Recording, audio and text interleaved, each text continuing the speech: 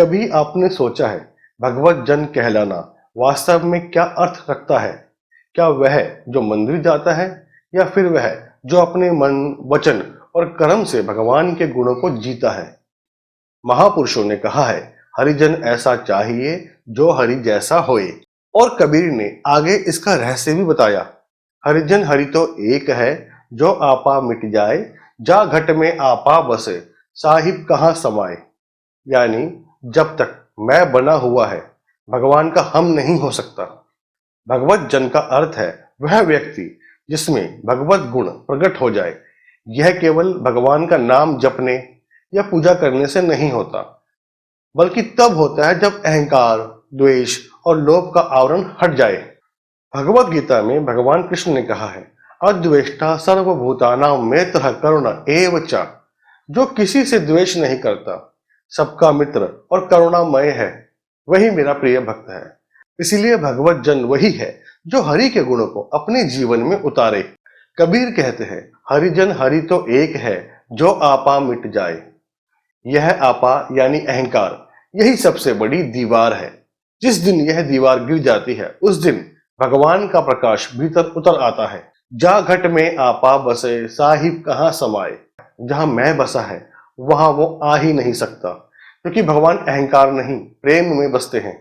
जैसे खाली पात्र में ही जल भरा जा सकता है, वैसे ही खाली मन में ही भगवान का वास होता है। इसी प्रकार एक बार एक साधक ने अपने गुरु से पूछा, गुरुदेव, मैं रोज नाम जपता हूं, फिर भी मुझे ईश्वर का अनुभव नहीं होता। गुरु ने मुस्कुराकर कहा, तुम नाम तो हरि का जपते हो, पर हरि जैसे नम्र नहीं बनते। तुम्हारे भीतर अब भी मैं है, और जहां मैं है वहां भगवान नहीं है। साधक चुप हो गया, क्योंकि उसे समझ में आ गया कि भक्ति का आरंभ नाम से होता है, पर पूर्णता अहंकार के अंत से आती है। विज्ञान भी कहता है, जब मनुष्य अपने अहम को छोड़कर करुणा और दया में जीता है, तो उसके मस्तिष्क में सेरोटोनिन और ऑक्सीटोसिन जैसे हार्मोन बढ़ते हैं, जो शांति, प्रेम और संतुलन की भावना लाते हैं। अहंकार तनाव पैदा करता है, जबकि विनम्रता मस्तिष्क में पॉजिटिव न्यूरल पैटर्न बनाती है। यानी जब हम भगवत जन जैसे गुण अपनाते हैं, हमारा शरीर, मन और आत्मा तीनों दैवीय आवृत्ति यानी डिवाइन फ्रीक्वेंसी में आने लगते हैं। भगवत जन की पहचान यह नहीं है कि वह कितनी बार नाम जपता है, बल्कि यह है कि वह दूसरों के साथ कैसा व्यवहार करता है।